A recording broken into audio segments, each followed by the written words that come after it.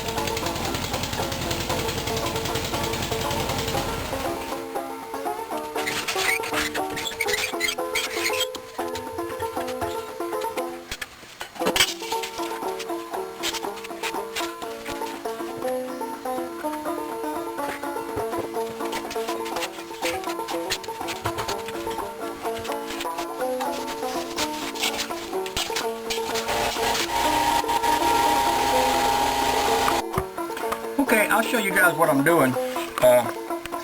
This is where the gasket goes, right here between this piece of metal and this head. This is what the new gasket looks like. It would sit in there like this.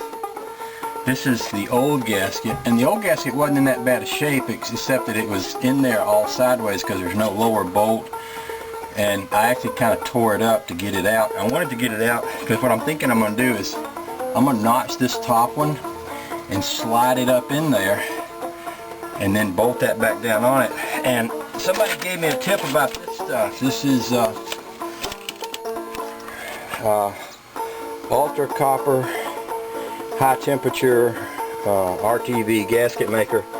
I had a guy tell me that I could just basically coat this whole thing in that and it would be enough to fix it. And I had another guy at the parts store, when I went to pick it up, he said, oh yeah, I had a busted exhaust manifold and glued it back together and it worked. So they say it's really some honking stuff. So my thinking is a little bit of both. I'm gonna notch this gasket, slip it back in there, tighten the one bolt I have. This one is broken off. The stud's broken off in the head and I can't replace it. I'm also going to coat this on both sides with this ultra copper gasket maker stuff.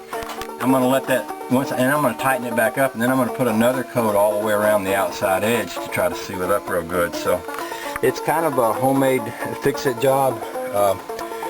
You know, I suppose somebody said I could drill that bolt out without pulling the motor, but you know, that would sure be a pain in the neck, and I'd rather wait till at some point I'll be pulling this motor out, I'm sure anyway, and address that then. But for now, this might be a fix that would be good enough in order to get it by, and then we can move on and do something else. I want to put some rear shocks on this thing today, so, and I put a new boot on the other side, and a lot of little things I want to do. So we'll just do one thing at a time, see how it goes.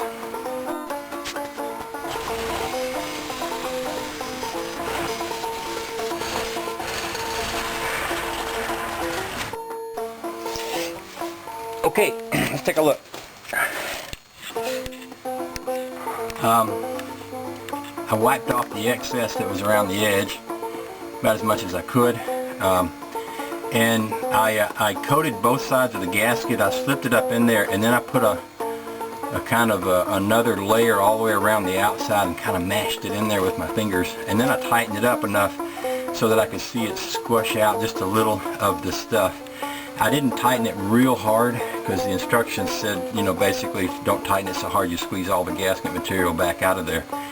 It's supposed to dry in an hour. It's supposed to cure in 24 hours. So I'm going to church here in a little bit. We won't be back till afternoon. It's early now. It's about 7, 8 a.m. So that gives it plenty of time to dry. When I come back from church, I'll swap the shocks, do some other work on it. I might not even crank it today. I might wait till tomorrow to crank it to give that stuff plenty of time to harden up.